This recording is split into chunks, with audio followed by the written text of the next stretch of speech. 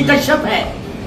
शशि की रचना के कारण तो कश्यप वंशज, कश्यप अवतार, कश्यप अवतार के प्रतीक भगवान सूर्य के पुत्र, छाया संतान और नारायण के अनन्य भक्त और महादेव का शिष्य। परंपरा जरा देखिए ना, परंपराओं का असर नहीं होता है। हम अपने संतान की शादी करते हैं तब दादी नानी न जाने कितना बड़ा रिश्ता देखकर अपना विवाह करते हैं। इसी तरह मैं आपसे कहना चाहता हूं कि देवादेव शनिदेव को जानना है।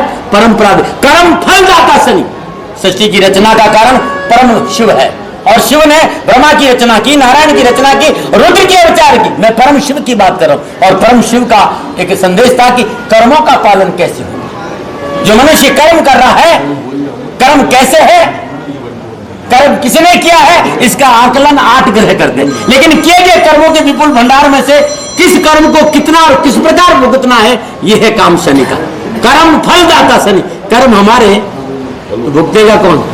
इसलिए सदा मैं आपसे कहता हूं कि कर्मों में शुद्धिकरण और कर्मों में विश्वास, कर्म फलदाता का यही संदेश है। जो मनुष्य कर्म करेगा फल उसी तरह। इसलिए कर्म सुधारो, कुकर्मों से बचो और संसार का सबसे उत्तम कर्म है माँ बाप की सेवा, धर्मानुकूल आचरण और अपने राष्ट्र से वफा।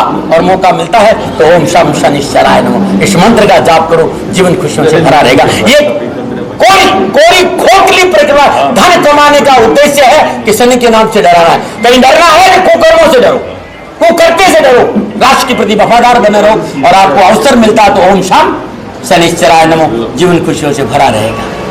अभी आपने एक शब्द बोला था, आगे समय आपको हो गया है, आप फिर चले जाते हैं।